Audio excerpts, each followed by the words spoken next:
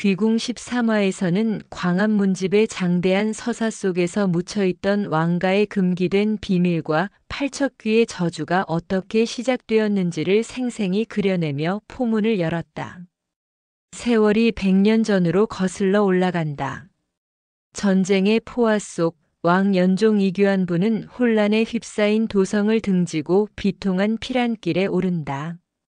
조국의 마지막 자존심마저 무너진 순간 궁지에 몰린 연종 앞에 나타난 이는 무장이자 충신 천금휘 서도영분이었다.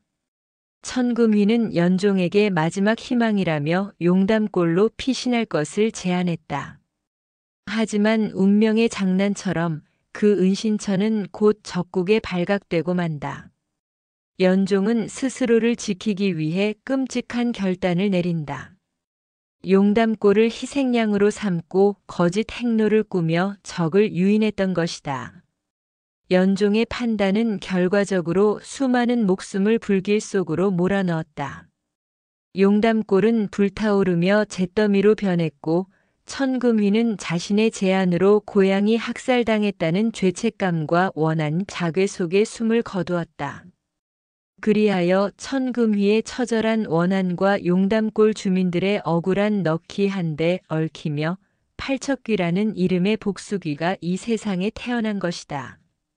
한편 현재로 돌아와 강철이, 열이, 이정은 이 처절한 과거와 마주한 채 깊은 충격에 빠진다.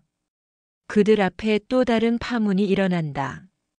열이가 팔척귀가 남긴 흔적에서 죽은 줄로만 알았던 윤갑의 혼령을 발견한 것이다. 이 기이한 현상은 또 다른 비극의 전조였다. 강철이는 비비조 한결분가 건넨 야광주를 삼킨 팔척귀가 윤갑의 혼령을 제어하지 못했을 리 없다고 확신한다. 그는 의도적으로 혼령을 뱉어낸 것이라 판단하며 불길한 예감을 품기 시작한다. 반면 열이는 점점 더 혼란에 빠져든다. 그녀는 사라진 윤갑의 혼령을 찾아 간절히 기도하면서도 자꾸만 마음이 흐트러지는 자신을 느낀다. 혼령을 육신으로 돌려보내야 한다는 도리는 분명했지만 자신의 곁을 묵묵히 지키는 강철이의 따뜻한 눈빛과 말투가 이상하리만치 그녀의 마음을 뒤흔들기 시작한 것이다. 복수의 불길 속에서 깨어난 진실 혼령이 전하려는 또 다른 이야기, 그리고 점점 가까워지는 두 사람 사이의 미묘한 감정. 운명의 수레바퀴는 다시 한번 거세게 돌기 시작한다. 팔척귀의 정체가 드러난 혼돈의 와중에 이와 함께 세상에선 또 하나의 기묘한 일이 벌어졌다. 그저 오래된 약초쯤으로 여겼던 골담초가 무려 수십 년 만에 처음으로 꽃망울을 터뜨린 것이다. 이 신비로운 꽃은 다름 아닌 가섭스님 이원종분이 강철이에게 건네주었고 강철이는 그 희귀한 약초를 인선신슬기분에게 맡긴 채 잊고 지내고 있었다. 오랜 전승에 따르면 골담초의 꽃은 이무기가 복용할 경우 야광주를 삼킨 후에도 강력한 원한귀에 맞설 수 있도록 힘을 부여해 준다고 했다. 야광주가 소진될 때까지 그 힘을 잃지 않게 하는 말 그대로 최후의 방패였다. 이 기이한 타이밍에 강철이는 갈수록 불길해지는 예감에 휩싸였다. 팔척귀의 정체가 드러난 바로 그날 골담초가 피어났다는 것은 단순한 우연이라 보기엔 섬뜩할 정도로 절묘했다. 그는 불현듯 자신이 감당해야 할 운명이 점점 가까이 다가오고 있음을 직감했다.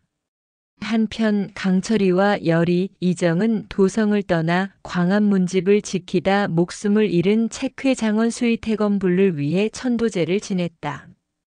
이는 바로 최원우 안내상분과 저지른 악행의 흔적을 정면으로 마주한 순간이었다. 천도제는 단순한 의식이 아니었다. 그것은 수십 년 동안 최씨 가문을 집요하게 따라다닌 외다리귀의 한을 풀어주는 의식이기도 했다. 외다리귀의 복수심이 사라지자 대기 속에 맴돌던 불길한 기운 또한 스르르 거치며 도성으로의 길이 다시 열렸다. 그러나 돌아온 도성은 더 이상 예전의 안온한 공간이 아니었다. 가섭스님은 그들에게 충격적인 사실을 전한다. 팔척귀가 야광주를 삼킨 뒤 인간의 악귀를 넘어선 존재가 되었다는 것. 강철이는 서서히 실력을 잃어가고 있었고 자신이 더 이상 여리를 지켜줄 수 없을지도 모른다는 두려움이 조용히 그를 갉아먹고 있었다. 그는 인선을 찾아가 골담초 꽃이 완전히 피는 순간 망설임 없이 자신에게 알려달라고 당부한다.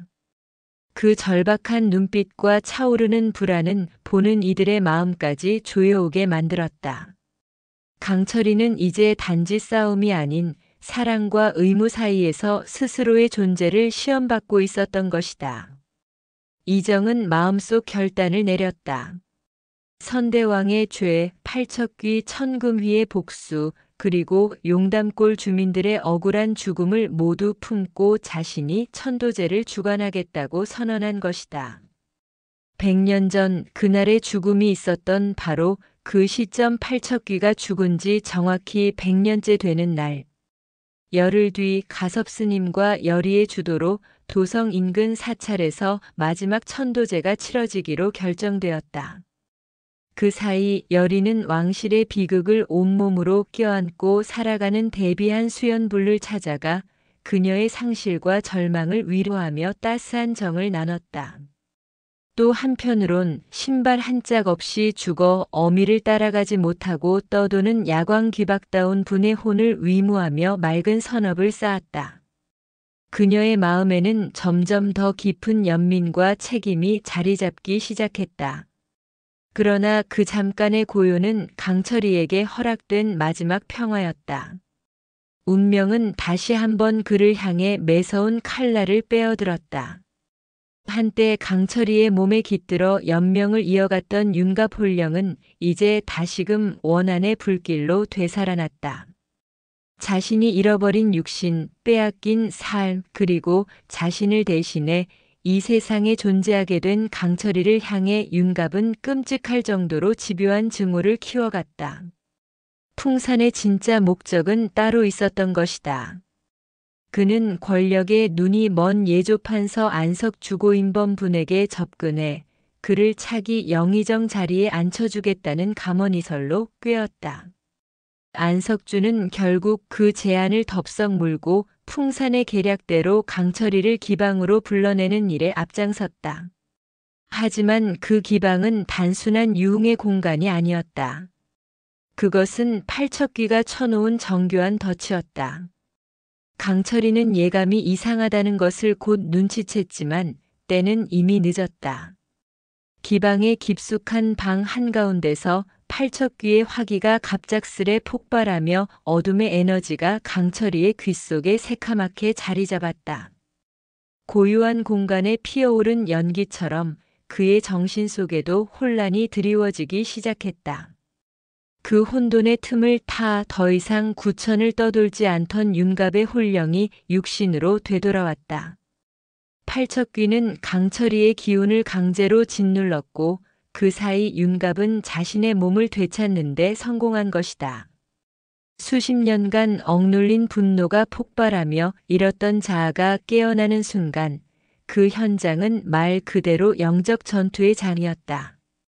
그 시각 기운의 흐름이 미묘하게 흔들리는 걸 감지한 여리는 본능적으로 윤갑이 돌아왔다는 사실을 직감했다. 그녀의 눈앞에 나타난 윤갑, 그러나 그의 눈동자는 예전과는 완전히 달라져 있었다. 복잡한 감정이 뒤섞인 채 여리는 말을 잃었고 동시에 행방이 묘연해진 강철이의 존재가 그녀의 마음을 짓눌렀다. 강철이의 흔적이 사라진 공간에서 여리의 가슴은 점점 더 무거운 절망으로 가라앉기 시작했다. 화기를 품은 채 사라진 강철이와 육신을 되찾고도 끝내 평온하지 못한 윤갑, 그리고 그 둘 사이에서 고통을 짊어진 열이, 이제 모든 서사는 이제 절정으로 치닫는다.